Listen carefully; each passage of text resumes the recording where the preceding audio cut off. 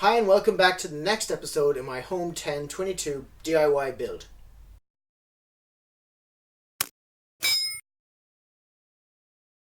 So here in this episode you can see in front of me there's a couple of things changed. This is a Boyd's Tactical, and we have a chopped recrowned barrel, which is an original Ruger barrel. We're still staying with all the original parts, minus the stock, I suppose. But that's just to get a complete free float, and that's the way it works in the stock. It's quite a good stock, and it gives you a really good cheek weld. You're not miles below your scope or high with other stocks. This with a stock pack, or even if you wanted a Cadex riser, is perfect for getting a good cheek rest. So, what is a target crown? Now, the one we have on here, and I can show you a picture of it, is an 11-degree target crown.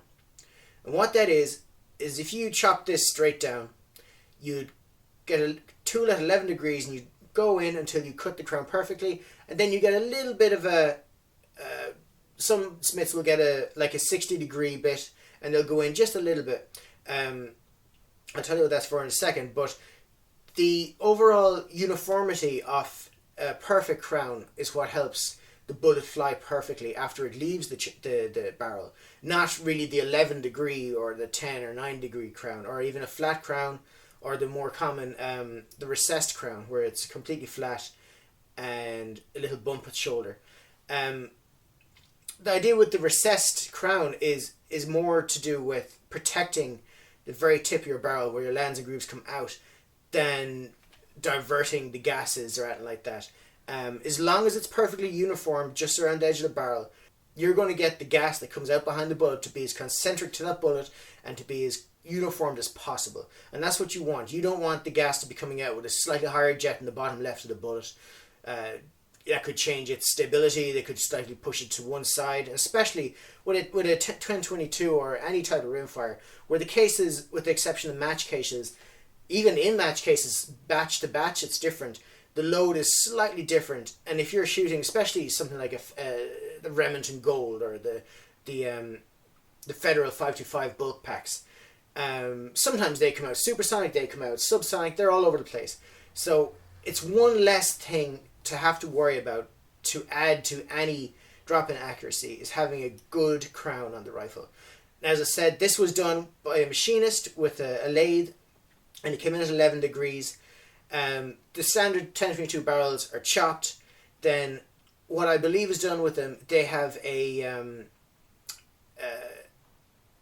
type of a ball bearing or a different type of hard metal surface which has cutting compound on it, and the barrel is just spinning, or it's spinning, and it just touches in and it grinds down a pretty close little concentric hole in the tip of the barrel. Yeah, it works. Yeah, it's fast to produce. It's not fantastically accurate. It'll get you out there, but everyone knows the standard 1022 barrel.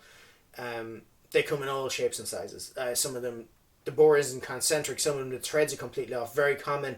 The front sight is not perfect in line with the threading mark, so you put a big suppressor on there, it'll droop down because it's not going to get in square.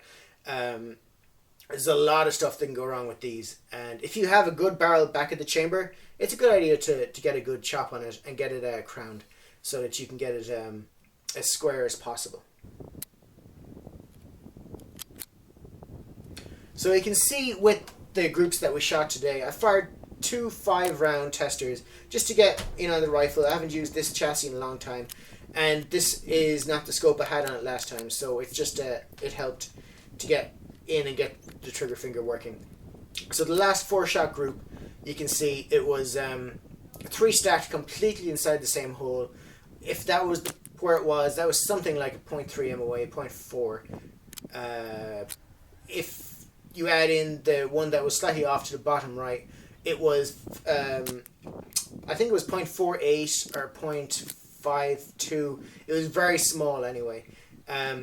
And that's what I've seen from a lot of the groups. When you get the crown done, a lot of those flyers you see, they'll either disappear or the groups will just get smaller, because it just gives you a bit of control over the last thing that happens before the bullet leaves the barrel.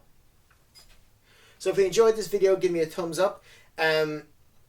we're getting close to, I think, 800 subscribers.